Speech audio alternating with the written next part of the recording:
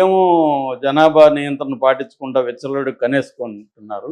మేము సీరియస్‌గా పాటించి దానివల్ల మా సౌత్ బాగా డెవలప్‌మెంట్ అయింది. నేషనల్ మనకి జీడీపీ అంటారు కదా! గ్రాస్ డొమెస్టిక్ ప్రొడక్ట్ ఈ ఓకే. ప్రొడక్షన్ దీంట్లో సౌత్ ఇండియా వాటా 31% ఉంది. మన జనాభా ఎంతుంది దేశంలో?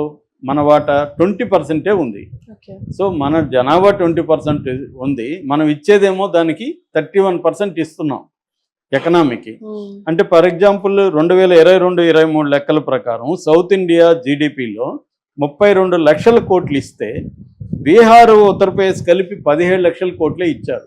వాళ్ళేమో కాంట్రిబ్యూషన్ తక్కువ, ఏది ఎకనామిక్ కాంట్రిబ్యూషన్ తక్కువ, పాపులేషన్ ఏమో బీభత్సంగా ఉంది.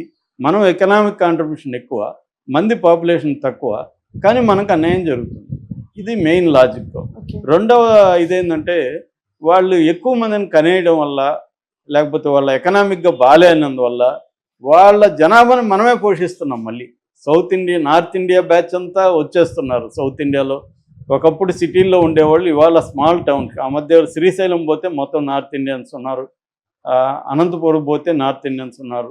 ఇలాగా ఎక్కడ చూసినా నార్త్ ఇండియన్స్ని సౌత్ ఇండియా పోషిస్తుంది.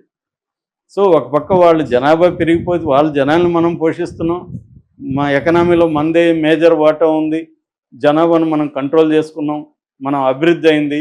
ఇవన్నీ చేసి మనకు అసలు రిప్రజెంటేషన్ లేకుండా పోతుంది పార్లమెంట్లో. ఇది వీళ్ళ ఇది లాజికల్గా కరెక్టే. ఈవెన్ నార్త్ ఇండియాలో కూడా చాలా రాష్ట్రాలు, అందుకనే పంజాబ్ సపోర్ట్ చేస్తుంది మనల్ని, తర్వాత ఒరిస్సా వాళ్ళు సపోర్ట్ చేస్తున్నారు, ఇంకొన్ని నార్త్ ఇండియన్ జర్నలిస్టులు కావచ్చు, మేధావులు కూడా సపోర్ట్ చేస్తున్నారు.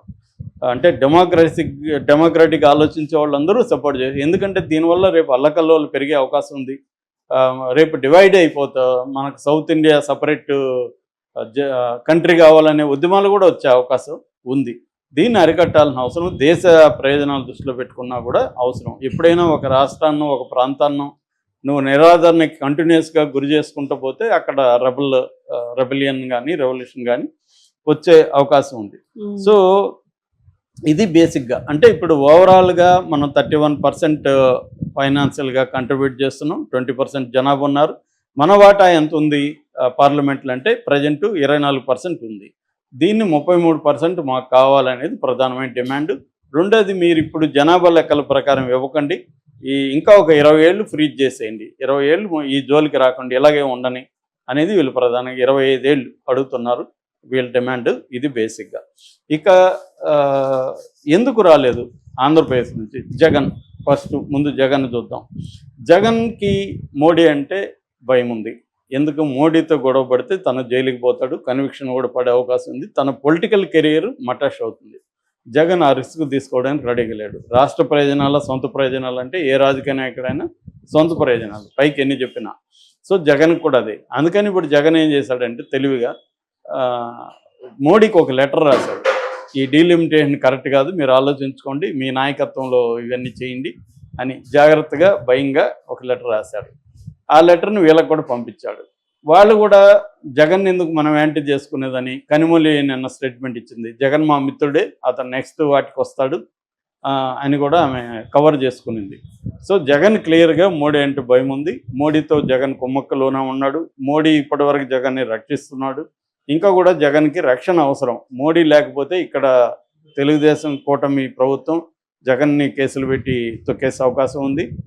మోడీ అనుకుంటే ఆల్రెడీ అతని మీద సిబిఐ, ఈడీ కేసులు ఉన్నాయి కాబట్టి దాంట్లో కన్విక్షన్ పడేట్టుగా కానీ మోడీ చూసుకుంటే, ఎందుకంటే ట్రయల్కి వచ్చే అవకాశం ఉంది కాబట్టి జగన్ పొలిటికల్ కెరీర్ కూడా సీరియస్ డ్యామేజ్ జరుగుతుంది. అది జగన్కి ఇష్టం లేదు. సో జగన్ ఏం చేస్తున్నాడంటే అడిగిన అడగపోయిన వాళ్ళ బిల్లులకి అంతా మద్దతు ఇస్తున్నాడు మోడీకి. ఇక్కడ కూడా మోడీకి యాంటీగా పోయి ఆ సభలో పాల్గొనే ధైర్యం లేక జగన్ గమ్మునైపోయాడు. ఇక రెండవది చంద్రబాబు, పవన్ కళ్యాణ్. ముఖ్యంగా చంద్రబాబుని నేషనల్ మీడియా టార్గెట్ చేస్తుంది. నేనే ఒక 10 వీడియోలు చూస్తుంటాను హిందీవి. సో హిందీలో మొత్తం మీడియా అంతా కూడా చంద్రబాబు నాయుడు సౌత్ ఇండియాకి విలన్గా మారిపోయాడు, అతను సౌత్ ఇండియాలో అందరూ కూడా అతన్ని ఒక ద్రోహిగా చూస్తున్నారు, సౌత్ ఇండియా ద్రోహిలాగా అని మీడియా మాట్లాడుతుంది. ఎందుకంటే Chandrababu Naidu national level figure. జగన్తో పోలిస్తే Chandrababu Naidu national level figure, national లెవెల్లో అనేక